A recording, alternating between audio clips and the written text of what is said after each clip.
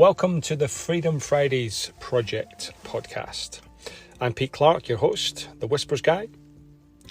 It appears that work expands to the time that we give it, and I started to explore how I was investing my time and effort, particularly on Fridays. It's evolved to an exploration and experiment with time, energy, attention and identity, and a mindset shift from I have to I choose to. So if you're interested in exploring some changes to the way that you invest your time and your energy, if you'd like some tips on the way as you make some changes perhaps to your identity, if you would like the freedom of I choose to, away from I have to, then this is the podcast for you. So welcome to the Freedom Fridays Project podcast.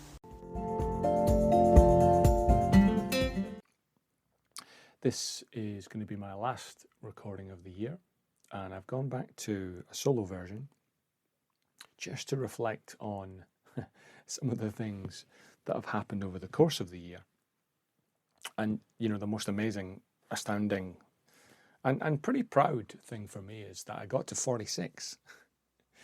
As you know, if you've been listening, I started this on a bit of a whim, a bit of a dare, a starting ugly scenario way back in January 2021. I didn't know where it was going. I didn't know really what I was doing. I was just kind of dared to record some musings. That started and I began interviewing guests, and here we are, episode number 46. One of the things I'm most proud about is I committed to doing it for a year, and I've done that. I've turned up every week. Well, not necessarily recorded specifically every week, as those who do podcasts will know, but we have managed to produce a podcast and publish it every Friday for a year, which, given how busy people's lives are, mine and guests and the people that are helping me behind the scenes, I think that's a pretty impressive commitment to turn up and share something, hopefully something of value for those that I do speak to who say they do listen to it. And I'm pretty proud that I was able to turn up for a full year, week on week, not really knowing the impact. I don't follow the numbers. I have no idea who's listening. Again, I'm not doing it to compete with the likes of Tim Ferriss or Gary Vee. But turning up week on week, it taught me, one, I could do it, because that was always one of my concerns about committing to doing it. Could I really turn up week on week and produce something every week, given how busy my weeks can be? And secondly, it's not necessarily easy, but how easier than I thought doing something over a long period of time, committing to it consistently can be. Once you get into a bit of a rhythm, it's actually a little bit easier than perhaps you imagine it to be. And so, you know, here I am recording episode number 46. I've got a few notes that I'd like to share, but I don't really know what I'm going to say. And ironically, that's kind of how I started. Didn't really know what I was going to say. I just got into it. And one of my reflections is, as I got into it, 5 down, 10 down, started to interview some guests, I noticed my mindset was becoming much more judgmental on me and the impact, and would people like it, and was that good enough? And it's interesting how I started with no interest in that, and my ego came in to protect me, and the impact on my reputation, if indeed having a small group of listeners has any impact at all. But it's interesting how that's shifted, and partly because I think I've interviewed people as opposed to done solo. And that's what I'm going to pick up on next. I interviewed quite a number of people.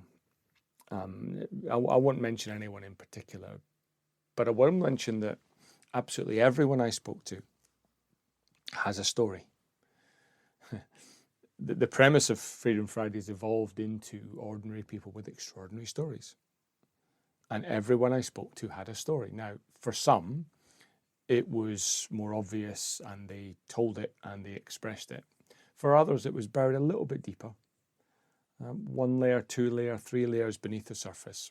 but every person that I spoke to had a story. And interestingly, despite, I would say, at least 50% of them not even recognizing or acknowledging that they had a story. Whilst deep down, I think we do. A number of my guests would listen to previous podcasts and make the comment, well, I don't have stuff, I've got nothing to tell. There's no story to tell. And yet through the course of the conversation, through the course of the dialogue, it was revealed. And there are some incredible stories, ways of being, paths that people have taken over the course of the people I've spoken to. Some less so, and maybe that's because that's okay. And it's okay to have a normalish kind of path. And yet, when I dug a little bit deeper, it reinforced for me that how I've become me is completely unique compared to how you've become you. And I knew that intellectually. No one has the same experience as anyone else, even in the same family. But the way that we'll become who we've become right now is very unique. An event happens and we completely interpret it differently. We see some news and it reaffirms or denies certain beliefs we have. We have experiences that are totally unique, and our way of processing it, I don't know the mechanics of the neuroscience behind how we process it necessarily, but it seems that we process it completely uniquely, which sounds obvious because we're unique. But in asking some similar questions, I found people's interpretation of their history was completely unique. As I observed their history, even in the short time that I spoke to them, I had a different interpretation of their history. And so when I was speaking to people, there were so many different strands of what they'd picked up and put this eclectic version of themselves together, which I guess is what everyone does. We're an eclectic version of our best and worst self. And it fascinated me that my structure for the conversation, and maybe this helped, was I would ask the same question at the start. What's the big change you're going through, etc., etc. And I would ask some silly little questions at the end, kind of binary questions. And in the middle, it became a conversation. It was always my intent, a little bit selfishly and indulgently, to be able to have a conversation that perhaps we wouldn't have had a conversation about. And that's one of the lovely things. That's one of the things I loved about it. And selfishly, I really, really enjoyed and thrived, and I would continue doing it purely for that reason. That with some special people that I spoke to, most of who I knew to one degree or the other, we had a conversation about stuff that we'd never had a conversation about before. Purely in the guise of, hey, I'm doing a little podcast, would you like to come on and be interviewed? And that first question, what's the big change you're going through, revealed so many little bits and pieces and things that I picked up on and ways to navigate, what's going on for someone. And what struck me is, I don't know if I asked that question anyway. I've done it under the guise of a podcast. Hey, what's the big change you're going through? But in my normal interactions with that individual, do I just get too focused on task? Do I just get too focused on the purpose, the initial purpose of the conversation, whether it be a client conversation or a content conversation? I don't stop to ask the question, what are you going through? What's the big change you're going through? And interestingly, I don't think others then respond in a deeper way because they assume everything's good, got this going on. This guise of a podcast to help perhaps illuminate the things that people do that get them to where they're at.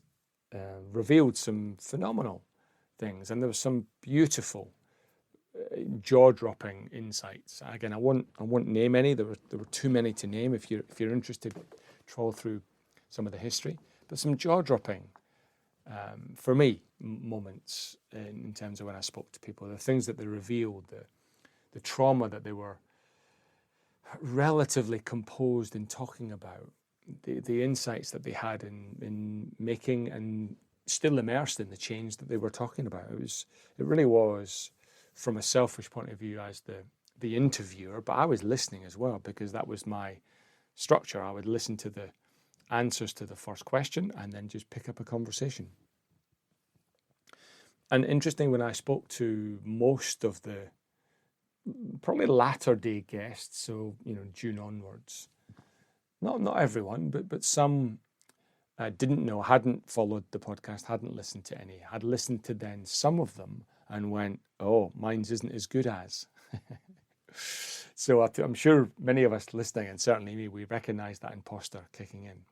We compare ourselves to other examples and mine's isn't as good as. And yet, whether it was a deeply revealing narrative of a traumatic experience or something quite simple, someone was going through a very simple thing, I think there's gold, there's nuggets of experience that can really help shape our own and inform our own ways forward if you're willing to listen to the whisper.